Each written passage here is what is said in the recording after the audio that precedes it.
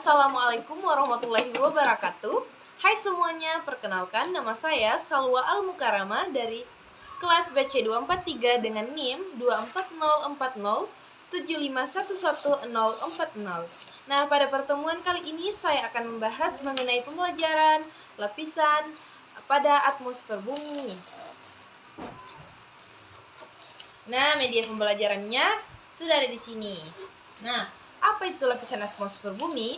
Yaitu merupakan selubung gas yang melindungi bumi seperti sebuah kubah yang terbuat dari gas.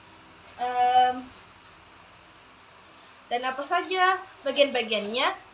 Pada bagian pertama yaitu ada troposfer, stratosfer, mesosfer, termosfer, dan eksosfer. Nah, apa saja gas pembentuk dari atmosfer ini? Yang pertama itu ada nitrogen dan uap air sebagai kubah dari atmosfer yang disebut dengan atmosfer. Nah, adapun apa sih fungsinya atmosfer itu? Nah, fungsi atmosfer itu yang pertama itu penyedia gas untuk kehidupan kita, keberlangsungan kita, penyedia oksigen. Dan yang kedua, agar kita terlindungi dari sinar UV atau ultraviolet. Yang ketiga, untuk menjaga suhu.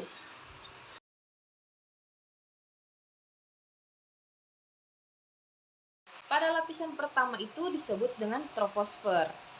Apa itu troposfer?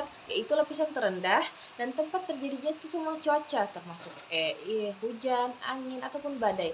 Letaknya itu 0 sampai 12 km. Seiring suhunya juga dapat berubah seiring ketinggiannya yang bertambah.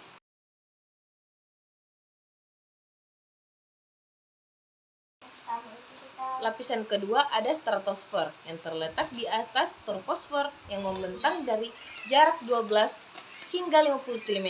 Ciri khasnya yaitu terdapat lapisan ozon yang melindungi atau menyerap kebanyakan sinar ultraviolet atau sinar UV.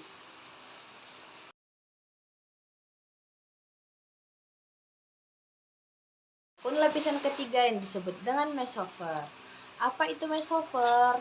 Yaitu lapisan yang berada pada ketinggian sekitar 50 hingga 85 km, dan di mana lapisan ini berfungsi untuk melindungi bumi dari meteorit yang akan terbakar habis di lapisan ini karena adanya gesekan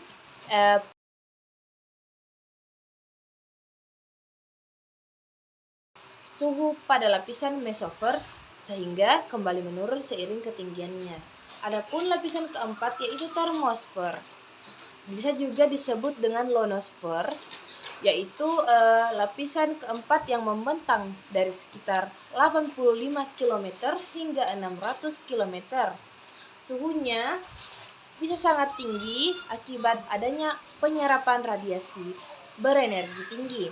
Nah, pada lapisan ini juga disebut sebagai ionosfer karena seringnya terjadi proses ionisasi yang bermanfaat untuk pemantulan